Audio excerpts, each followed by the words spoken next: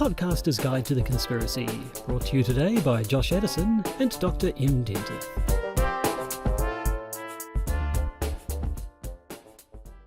Hello and welcome to the Podcaster's Guide to the Conspiracy. I am Josh Edison, they are Dr. M. Dentith. We are sitting side by side, popping corks in celebration here in Auckland, New Zealand on May the 20th. Do you know what May the 20th is? It's 16 days after May the 4th? That is correct, but also what it is the anniversary of the first episode of this podcast being put online, which happened in 2014, making this the 7th anniversary of this podcast. That's a lucky number. Lucky for some. Lucky for some. I had to say, and think of all the things we've achieved in the last 7 years. And then I can't think of a single thing we've achieved. Well, I mean, we've stuck around for 7 years. That's an achievement. I've released 2 books. You have. We interviewed David Icke that one time. You interviewed David Farrier that one time. It's true. Actually been a fair number of interviews and things. Do you think we should abandon the current format of the podcast and just turn it into a podcast where we exclusively interview people called David? Ooh, the Davecaster's Guide to the Dave Odyssey. Dave. And you can only say the word Dave. Yep, just file that one away. We'll think about it. But shall do, now, Dave. Shall do. But we do Also, have some actual. They're all dead, Dave. I'm sorry, I can't do that, Dave. No, they're all dead, Dave. They're dead, Dave. They're all dead, Dave. You're all dead, Dave. Well, that's true. I've been a dead Dave for a long time. Yeah, what a twist. Now, we do have content for this. We have non-Dave related content. Yes, no, I don't see any Daves in the footnotes, but I could be not looking closely enough. We have another episode of Conspiracy Theory Masterpiece Theatre where we're going to be going through a lengthy paper. Is this a significant paper? It is. I mean, it's kind of a weirdly significant paper for the sheer fact that I wouldn't say that this particular paper is important other than the fact that people are going to be referring to this paper a lot. Okay. So as a kind of spoiler, I do not like this paper. I have big issues with this paper, and in an ideal world, this paper would have just sunk like a stone. But due to the fact that one particular person was involved in writing it, and due to the fact that there is one very particular policy that is advocated towards the end of the paper, this paper is going to be discussed by a lot of people. So this paper is going to be discussed by Curtis Hagen very, very soon. It's going to be discussed by David Cody relatively soon. It's going to be discussed by Charles Pigden. I'm going to mention it in a variety of different places. Lee Basham is going to stick his dagger into the living corpse of Cass Sunstein. There is going to be an awful lot of discussion about this particular paper, which we're going to have to come back to again and again and again. So it ends up being a classic of the genre, not for the fact that I think it's particularly good, but because it's going to play a really outsized role in what people think about the literature going forward. So it's kind of interesting. So we have to discuss this paper to be able to discuss other papers, even though technically I'd be happy never discussing this paper ever again. Right. I think that's quite a good introduction to where this sits. So shall we just play a chime and then we can start adding to the discussion on it ourselves? No, because the reason why I was vamping to such a large extent is that I actually failed to copy the appropriate chime over to the podcasting deck, which means I'm basically filling in time as a little progress bar moves across my computer screen. That was. And I'm kind of hoping I've chosen the right sting here, because I've set up the sting to go to a particular button, but I actually don't know whether in my haste to get this done whilst vamping at the same time, I clicked on the right file or the wrong file. And so we're going to find out whether I've made a wise or a bad decision in about 3, 2, 1. Welcome to Conspiracy Theory Masterpiece Theatre.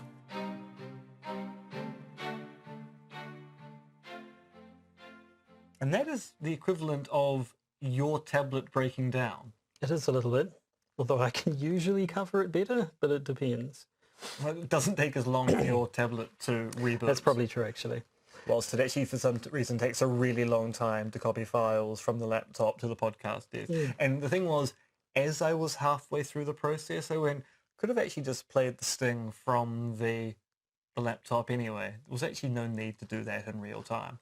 So I was vamping for no particularly good reason. The magic of podcasting, people. Yep. Writ large. The interesting thing, I guess, will be to see if you can be bothered going back to edit this bit out. No, I can't. I really can't. Okay.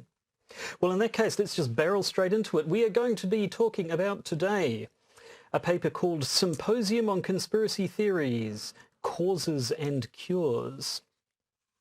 This is in the Journal of Political Philosophy back in 2009, and it's written by Cass R. Sunstein and Adrian, and I think it's Vermeule, not Vermeule, but I actually don't know. The thing about these two authors is that Cass R. Sunstein was one of Barack Obama's information czars. Oh. So it's not just that he's a prominent jurisprudence expert in the US, who has also written on the notion of nudges, so small economic nudges you can make to change the trajectory of your society. He was also involved in the Obama administration, which means that the policy suggestion he's going to make along with Adrian at the end of this paper is something which has been noticed by an awful lot of people. So it goes away from simply academics talking about something which they might like to do to someone who has a position of authority that people are going, are you actually doing this thing? I mean, you're advocating it and you're in the kind of position to whisper in the president's ear. That's a little bit disturbing. Yes. We'll find out what that policy promotion is towards the end. No spoilers as yet. So, but yes, this is 2009, so Obama is in power at the time that this one comes out. And we lived in an age of hope. We did, of a sort. It's quite a long paper as well, so I think we're going to have to skip through it fairly rapidly and jump over a lot of stuff. Tiptoe through the daisies. We might even. There are a lot of examples, a lot of quite good examples, but we can probably skip over a lot of that sort of stuff where it's just illustrating the points that they are going to make.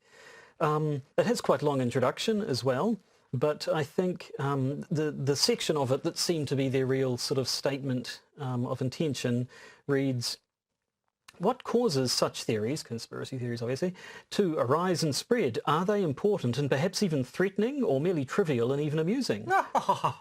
What can and should government do about them?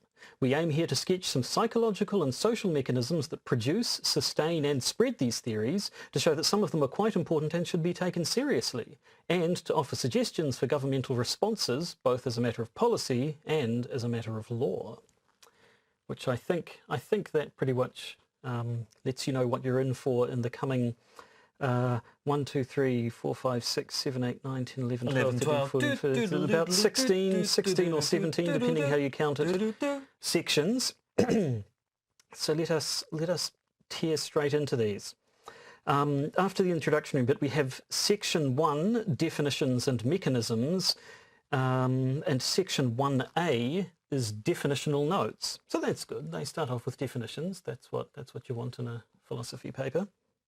Yeah, and what's interesting is that the initial discussion they have about what they take to be a conspiracy theory kind of turns out to be a fairly general and non-pejorative gloss on a conspiracy theory. But they very quickly narrow their focus down to a specific subset of these conspiracy theories, the ones which are harmful or have bad consequences. Yeah, so they start off by saying there's been much discussion of what exactly counts as a conspiracy theory and about what, if anything, is wrong with those who hold one. Of course, it would be valuable to specify necessary and sufficient conditions for such theories in a way that would make it possible to make relevant distinctions. However, the various views that people label conspiracy theories may well relate to each other through a family resemblance structure such that necessary and sufficient conditions cannot be given even in principle. Which I thought was an interesting point. But then, yes, so they give the sort of general account of it, but then start narrowing it down. But they're quite open about the fact that that's what they're doing. It's not as we've seen in the past sometimes where people would hop between talking about things in general and a specific definition. They say at the very beginning, no, we're only talking about these sorts of conspiracy theories. But what sorts of conspiracy theories are they talking about? Well, the efforts to explain some event or practice by reference to the machinations of powerful people who attempt to conceal their role, at least until their aims are accomplished. And they're really only interested in the ones involving powerful people. And that when we talk about conspiracy theories, it seems to capture the essence of the most prominent and influential conspiracy theories about public affairs. Yeah, so they say right at the start, non-powerful people just like you and I. Are you saying that I'm not powerful? I'm saying exactly that. I'm saying your powers are limited, old man. Now I am the master. My staring at you doesn't work as work as a podcast. No. Good steer, good piercing steer doesn't come across on a podcast. So they say that. They say they're also actually the one interesting thing I thought was nice that they said it quite explicitly was in this definitional section. They say, of course, some conspiracy theories have turned out to be true, having just spoken about the ones that are obvious nonsense, and under our definition they do not cease to be conspiracy theories for that reason, which puts them apart from some other ones that we might have disagreed with. Yes, although of course I take it that actually, given their really general definition of what counts as a conspiracy theory, I'd pretty much have to say that.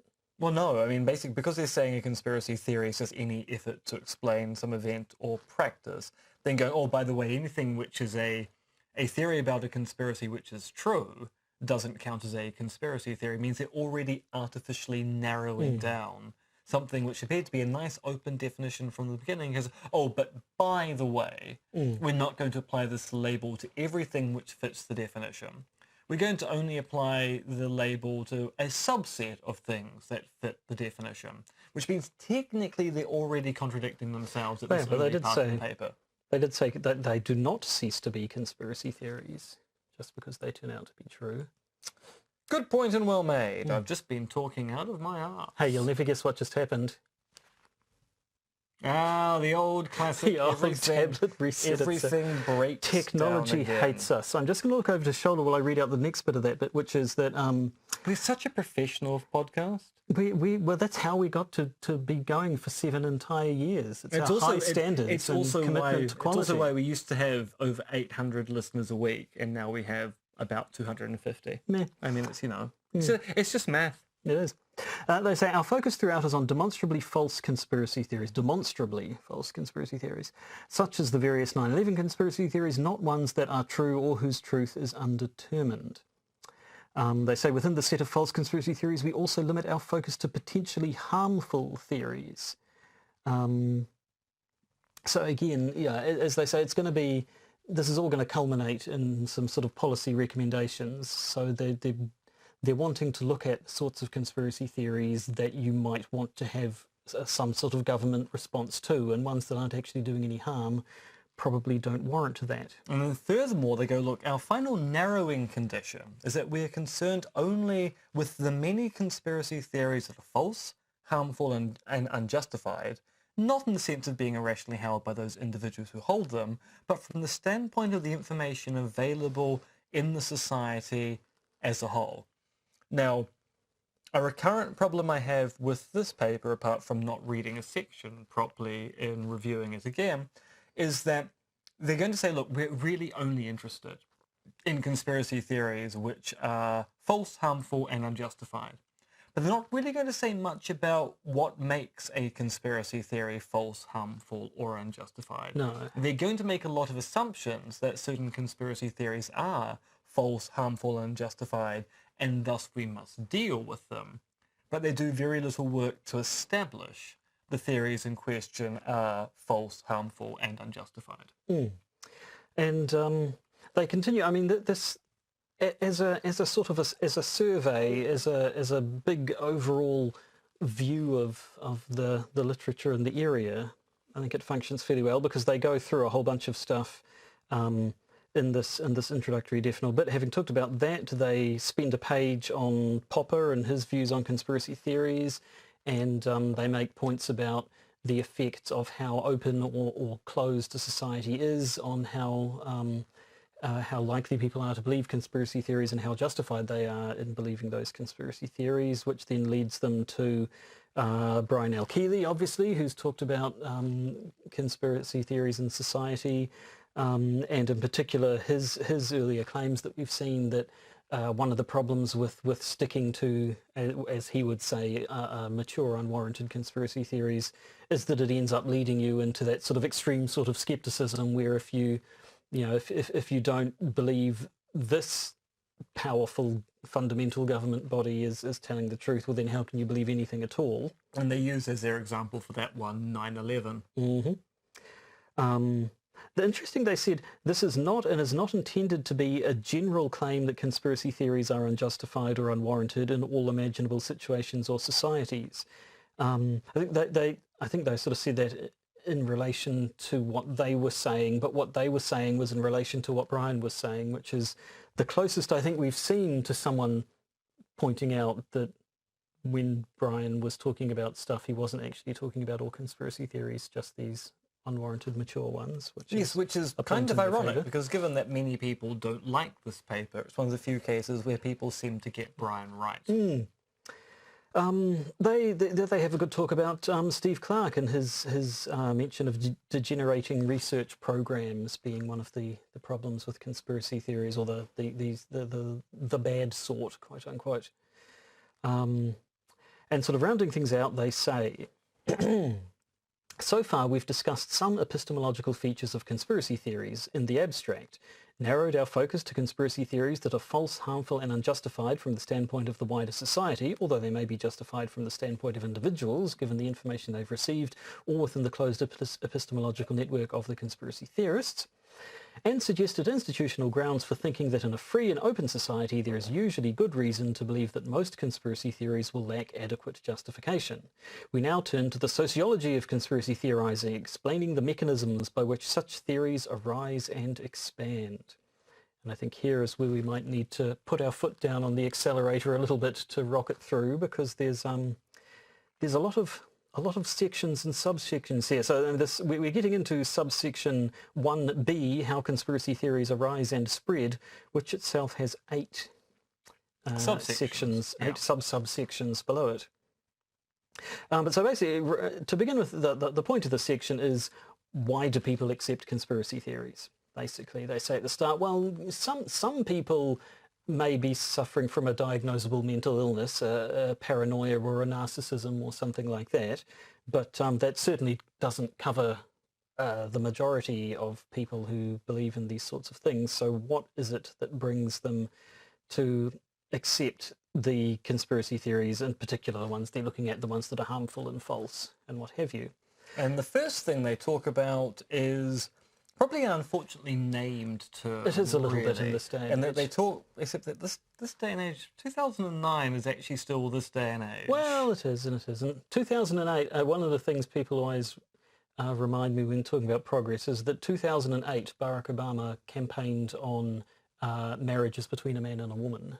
So that was not too long ago. That was the past is a weird place. But anyway, so they call this crippled epistemology. Yeah, it's not the nicest of words. And we are going to see this term used an awful lot in future, mostly as people criticising the notion of a crippled epistemology, but it is going to be echoed by a lot of writers over the time, talking about Sunstein and Vermeule, and going... Actually, I don't think I'm being consistent with Vermeule. Was I say Vermeule or Vermeule? You said Vermeule at the start. I'm just going to use it interchangeably. You'll be right eventually. Yeah. So yes, the crippled epistemology stuff is something we're going to see a lot of as time goes by. Okay, so What does it mean then? They start by saying, for our purposes, the most useful way to understand the pervasiveness of conspiracy theories is to examine how people acquire their beliefs. For most of what they believe that they know, human beings lack personal or direct information. They must rely on what other people think. In some domains, people suffer from a, quote-unquote, crippled epistemology, in the sense that they know very few things, and what they know is wrong. Which is basically the claim that conspiracy theorists hang out with other conspiracy theorists, and conspiracy theorists are stupid. Or at least, yes, believe things that are not true. So they are subject to erroneous beliefs. Now, actually, what's kind of interesting about this is that it's getting awfully close to what's called standpoint epistemology in philosophy. So if you're into standpoint epistemology, you take it that people with particular standing in society have better access to certain types of information. So, for example, if you are a woman, then from your standpoint, you know a lot more about institutional sexism than a man is going to experience, because your standing in society means you experience these things in a way that a man is never going to experience them. In the same respect, if you're Maori, then your standing means you are more likely to experience racism than, say, a Pākehā, which of course Pākehā will not experience racism in the sense that Maori ever do.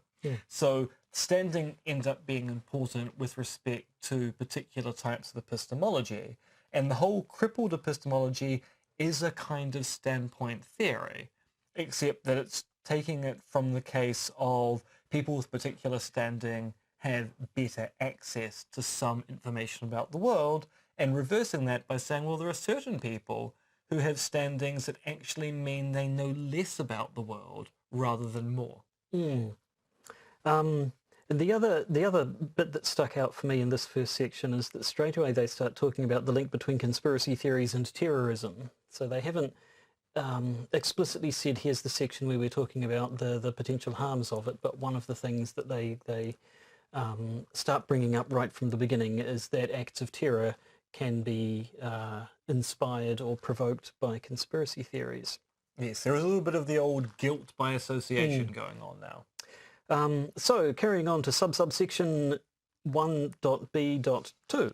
Rumours and speculation. Now, you've talked about rumours a bit in the past, haven't you? I have. I've written on rumours in the past. Well, there we go. So this should be right up your alley. It's quite interesting because the PDF I've got of this has me commenting on it back around about 2009 when I was working on my first rumour paper. So actually a lot of my focus in the original annotations is looking at rumour and gossip. And the conspiracy theory stuff is very much a secondary consideration for that reading back in those days.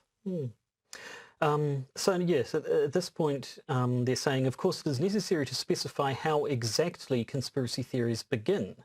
Some such theories seem to bubble up spontaneously, appearing roughly simultaneously in many different social networks.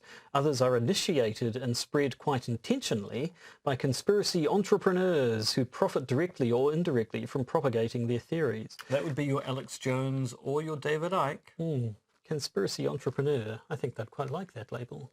I mean, we're kind of unsuccessful conspiracy entrepreneur Yes. with our podcast, with diminishing listenership. Do you follow Jim Sterling? No. Because he did a special this week about how ever since they came out as trans, they've been losing thousands of followers per video. So they were about to hit 1 million subscribers. And now they've held a special saying, congratulations, we're now at just under 900,000 subscribers and numbers are going down. What a milestone we've been hitting. It's all thanks to you, the viewership, which is fleeing at a rate of knots. Quite well done. Wonderful. Well, I'm glad I'm not part of the problem because I was never part of the solution. Yeah, I don't think that actually makes things any better for Jim. No, probably not. That's Jim Stephanie Sterling.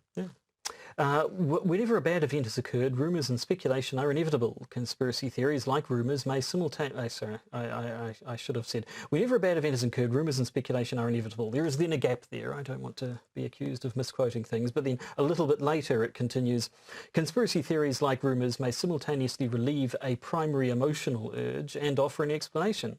To those who accept the theory of why they feel as they do, the theory rationalises while it relieves.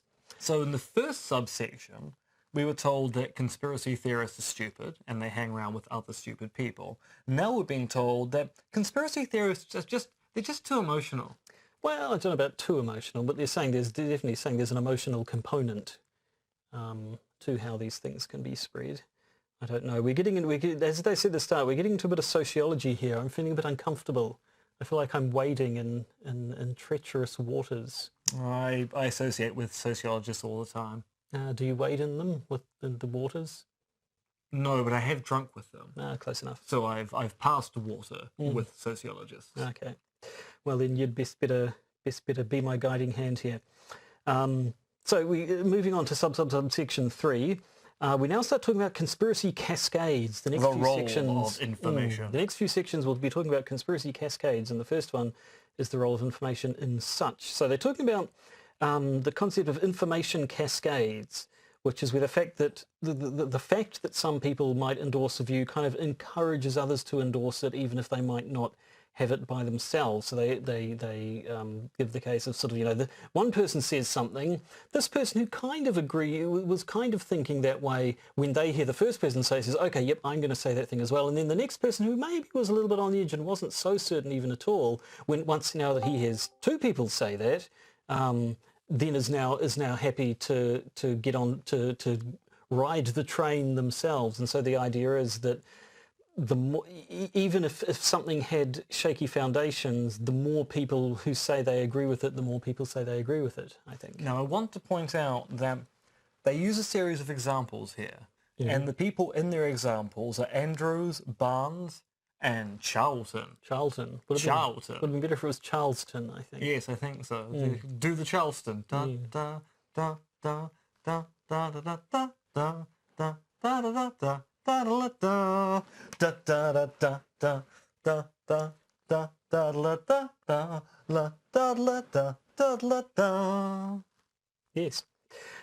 Carrying on, as though that had never just happened, they say, in a standard pattern, the conspiracy theory is initially accepted by people with low thresholds for its acceptance. Perhaps the theory is limited in its acceptance to those with such thresholds. But sometimes the informational pressure builds to the point where many people with somewhat higher thresholds begin to accept that theory too. And when many people hold that belief, those with even higher thresholds may come to accept the theory, leading to widespread acceptance of falsehoods. In theory, a conspiracy theory might be justifiably held by many, even though it is false and harmful, and even though only a few early movers suggested a strong commitment to it. Now, this is all building upon previous work that Sunstein has done on informational cascades and echo chambers. So this is something he's written on quite a lot. And it's interesting to see how people treat this in the literature, in that there's a kind of intuitive plausibility to the idea of informational cascades, that information kind of flows through a network, and sometimes some beliefs start with only a very few people at the top, and yet due to belief thresholds being met, the belief suddenly spreads like wildfire in that network. But the actual discussion as to how information flows through these cascades is still very contentious. So the model he's presenting is something that Sunstein is quite convinced by, but other people are going, no, that's probably simplifying the story down to a very large degree, and that it's kind of doing a peer pressure notion of how belief is inherited, as opposed to, well, maybe these beliefs fit in with other people's beliefs. It's not about crossing particular thresholds, it's beliefs matching with other beliefs that make it a lot easier to adopt these beliefs as time goes by. It does, though, seem to speak to the sort of model which will come up later in this paper, but which is also the sort of thing we've talked about with, like, Joe Usinski about how a conspiracy theory may have a lot of believers, but there may actually only be a small core who are sort of hardcore believers in it, and a lot of the rest of them may just sort of have a soft belief in it, and not actually be that committed. You've got a soft belief in it. Yes, I do.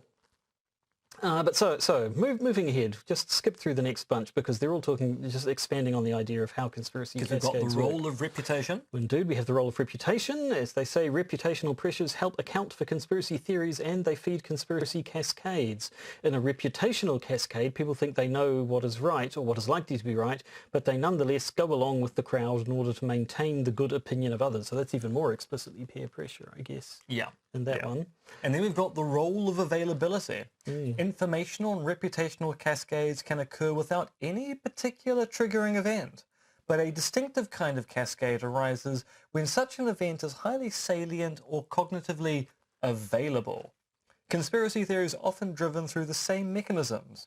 A particular event becomes available, and conspiracy theories are invoked both in explaining it and using it as a symbol for broader social forces and large narratives about political life, casting doubt on accepted wisdom in many domains. Which sounds like the fact that any time there's a mass shooting, people jump on it and say, false flag. False flag? False flag. False flag. And then the last aspect here in conspiracy cascades is the role of emotions. So they say it is clear that affective factors and not mere information play a large role in the circulation of rumours of all kinds. Many rumours persist and spread because they serve to justify or to rationalise an antecedent emotional state produced by some important event, such as a disaster or a war. So, yeah, getting into the idea that there are emotional factors at play, which I guess already kind of relates to the reputational business as well, people wanting to feel good about themselves or caring about what other people feel towards them.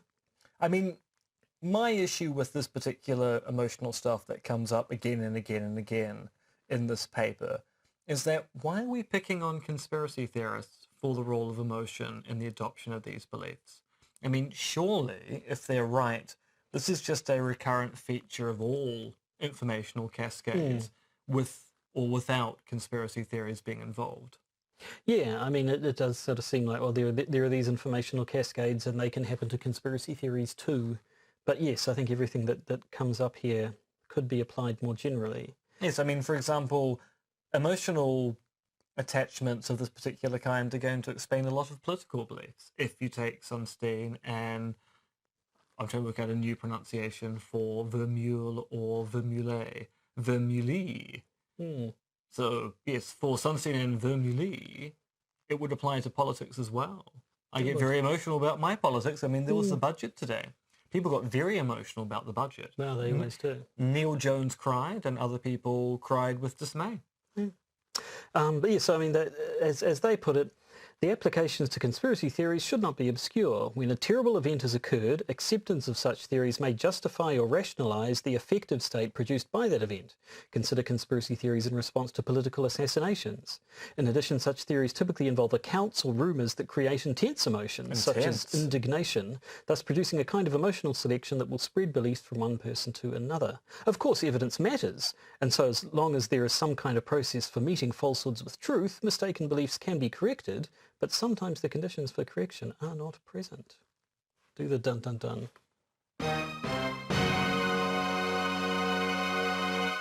It sounded a bit ominous to me, I think. You do realise you could actually just press the button yourself. Well, I could, but I have to reach your tablet's in the way. I'd have to elbow you aside, which I'll do quite happily, if that's the invitation.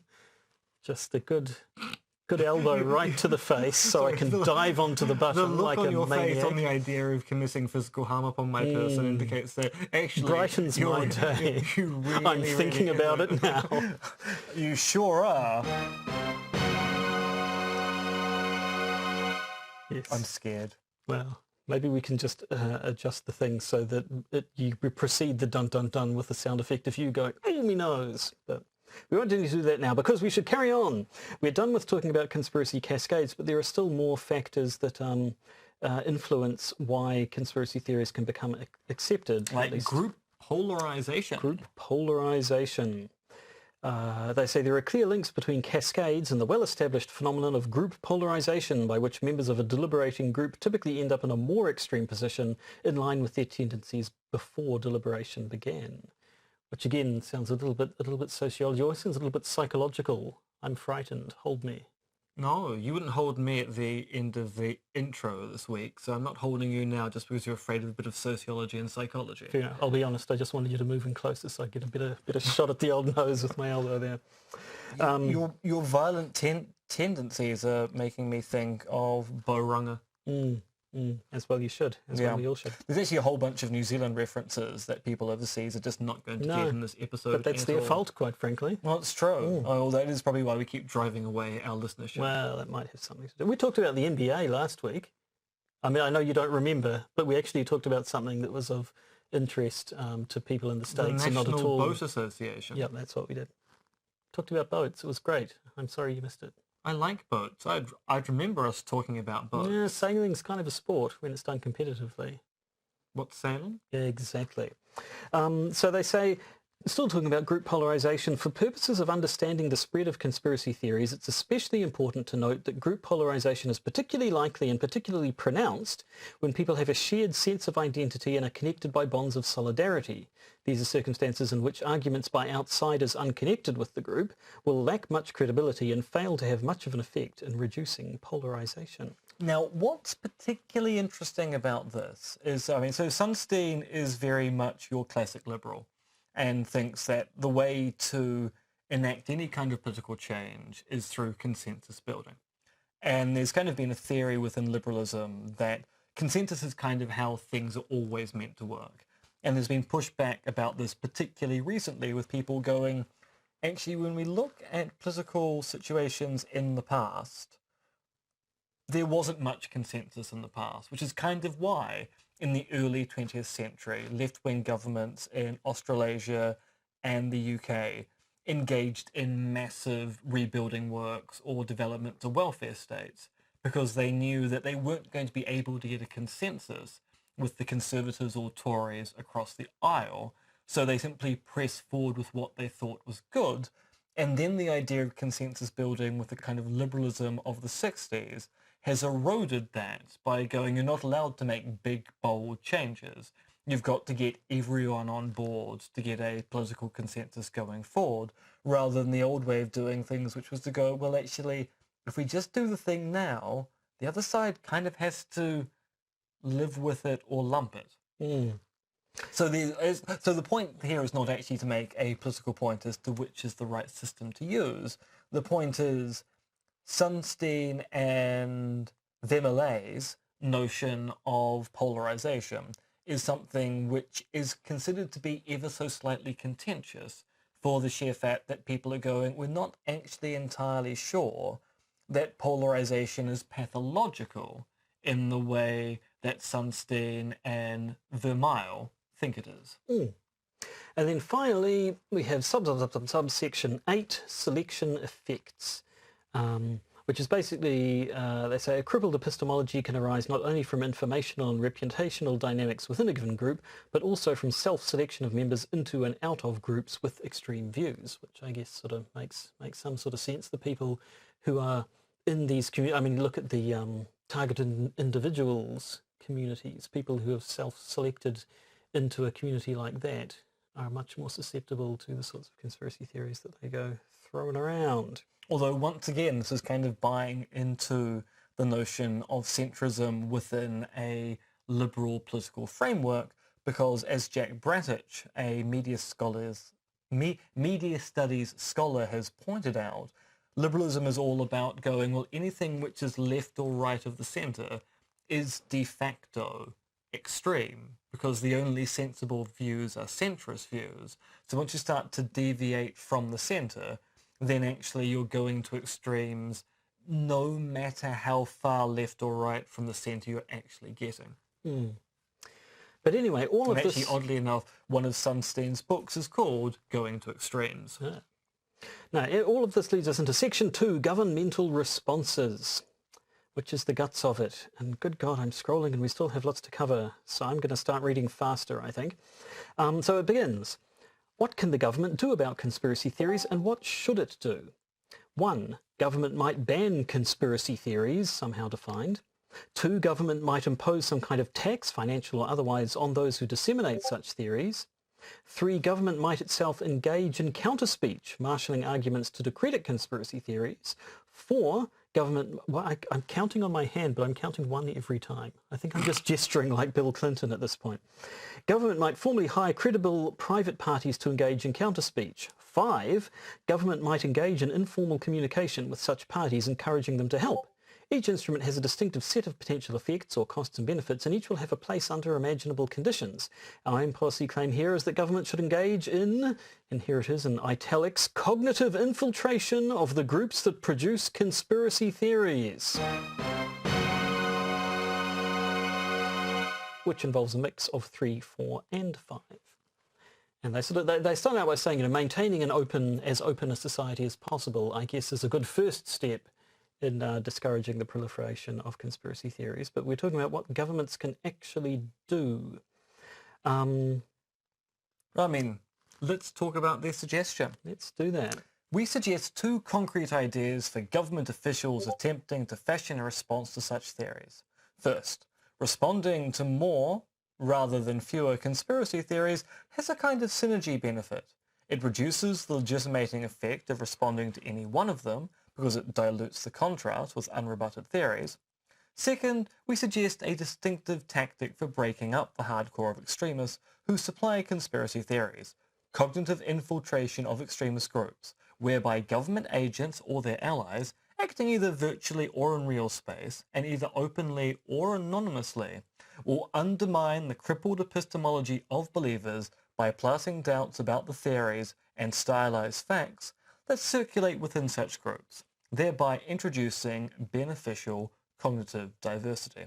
So effectively, a person connected with the Obama administration has said, look, the best way to deal with bad conspiracy theories would be for the government to encourage agents of the government to infiltrate conspiracy theory fora and kind of seed doubts about those conspiracy theories, which is the same thing as saying the best way to defeat conspiracy theorists would be to engage in a conspiracy against the conspiracy theorists. Now, I don't know about you, but if I read this in a publicly available academic article and I was a conspiracy theorist of a particular stripe, I'd be going, look, they're literally planning to do the thing that we think they've been doing for a while. They actually might be doing that particular thing. I mean, it seems a bit stupid to say, oh, the best way to solve conspiracy theories? Conspire against the conspiracy theorists. They'll have no reason to believe in conspiracy theories after we've conspired against them.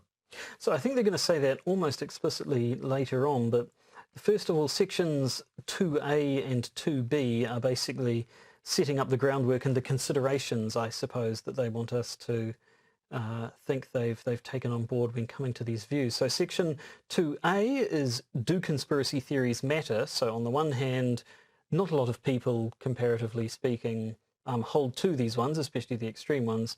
And as we said before, of the people who hold them, a lot of them are sort of quasi-believers or soft believers in the theory.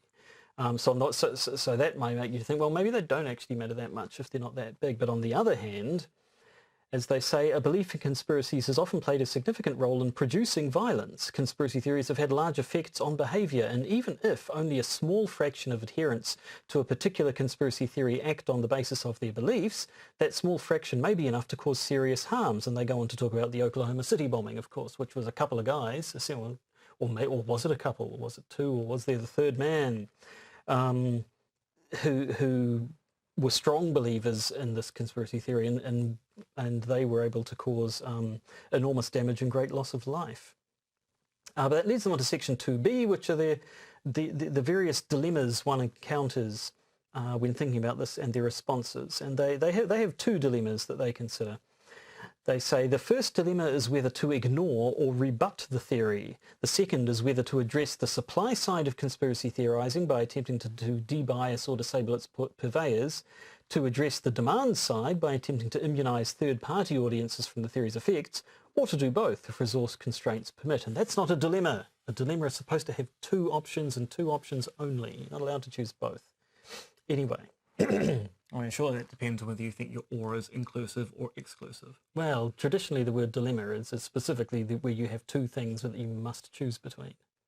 So it's always exclusive. But on the other hand, I'm being pedantic about definitions, and as a good linguist I should point out that language changes over time, and so sticking to an old definition of a word is actually not justifiable. So you've just been hoisted by your own petard. I've literally, well, I kind of have, yes.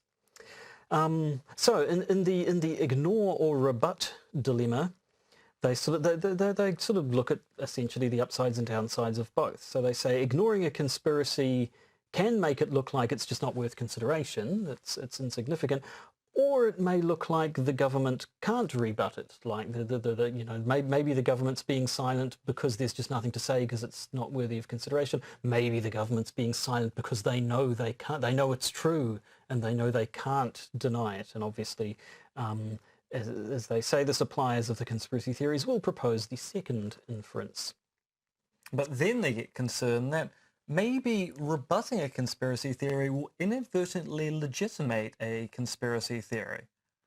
They say, but yeah, they go through that point initially, saying there is the opposite risk of you make it look like it is worth considering if you deign to give attention to it. Yeah, which is the infamous story about why NASA were very confused about what to do with moon landing hoax conspiracy theories. Because they would go, well, look, every time we talk about it, people go, oh, they're spending a lot of effort trying to tell us we went to the moon. There must be something they're covering up.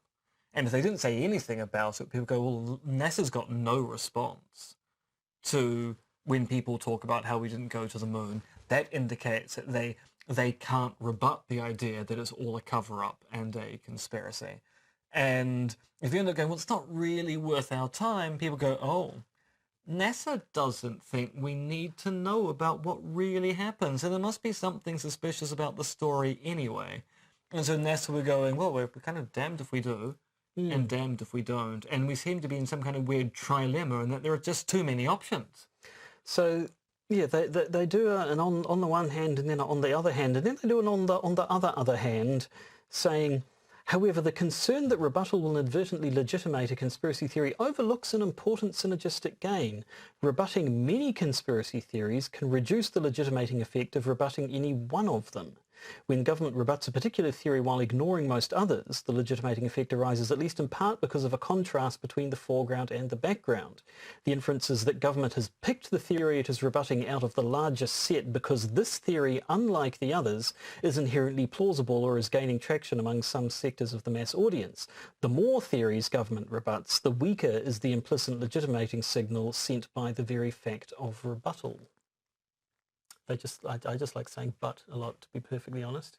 True, and rebuttal has got a great rolling sound. It really does, yeah. But so that's an interesting other aspect to whether or not it is good or not to give these things oxygen. And so then they turn to their other dilemma about the audience. They say, should governmental responses be addressed to the suppliers of conspiracy theories, with a view to persuading or silencing them, or rather be addressed to the mass audience with a view to inoculating them from pernicious theories? But of course, these two strategies are not mutually exclusive.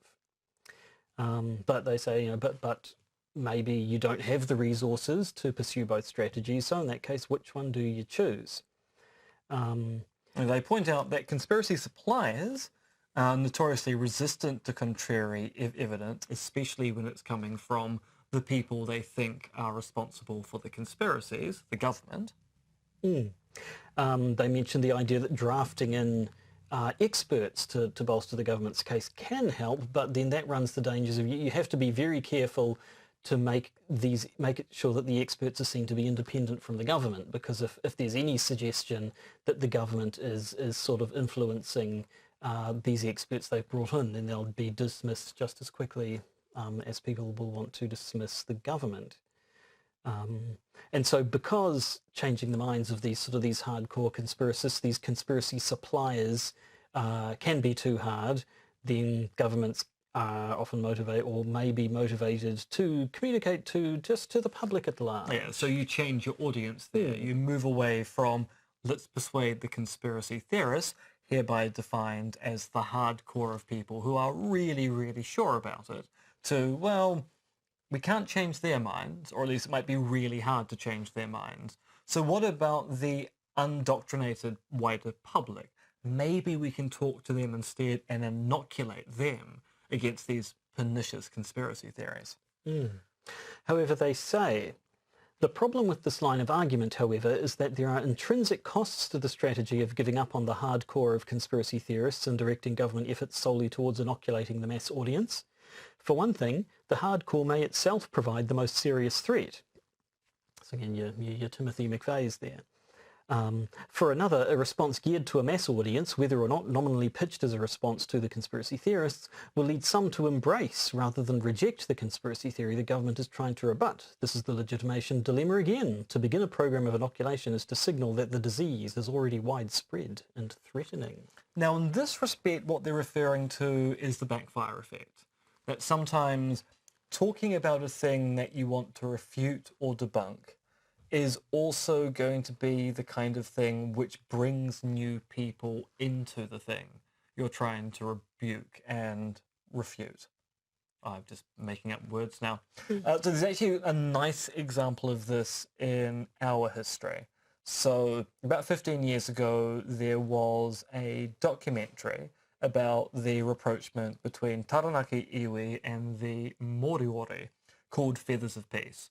And Feathers of Peace was a documentary talking about how the Moriori were driven out of the mainland of the North Island to settle in the Chathams, and this was due to a variety of factors, including colonization, warfare between iwi and the like, and how there had been a process in the last few years which meant that there was a rapprochement between the iwis which had formerly been antagonistic towards each other.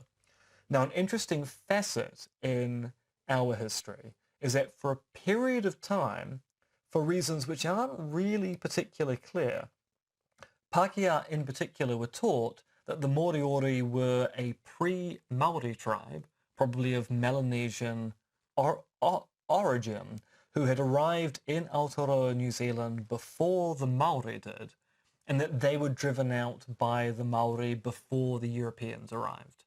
Now, this is not true. This is what we might call fake news. It's a false history of the place. And the documentary Feathers of Peace is very clear about what really happened. But people did a whole bunch of surveys both before the documentary played on public TV and afterwards, and they discovered that despite the fact that the documentary reiterates the real history, most Pākehā, after watching the documentary, were convinced that the fake history was correct. And the survey holders went, well, we just have to assume that these people watched the documentary, but they didn't pay any attention to it. They simply watched the documentary whilst recalling things they had learnt at school. So, and then people went, well, perhaps part of the issue here is that the false history is reiterated in the documentary to be debunked, but people didn't take the debunking in.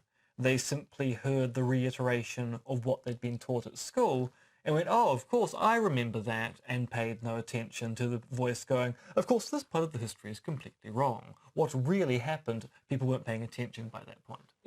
Now, the backfire effect is contentious. There is a lot of literature being produced in social psychology and sociology to this day, questioning as to whether it, A, is as big an effect as people make it out to be, and also B, what other factors may contribute to this effect. So it is contentious, but it is something which is studied and appears to be, at least if not a real effect, something which you can point to in a variety of interesting cases. So all of this brings them to section 2b3, which has the delightful title, Cognitive Infiltration and Persuasion.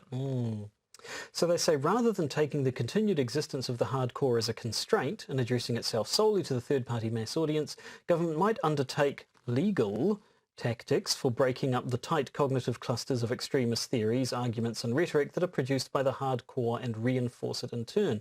One potentially promising task is cognitive infiltration of extremist groups. By this we do not mean 1960s style infiltration with a view to surveillance and collecting information, possibly for use in future prosecutions. Rather we mean that the government efforts might succeed in weakening or even breaking up the epistemological complexes that constitute these networks and groups. I mean, I like how they go, look, it's not going to be as bad as the 1960s.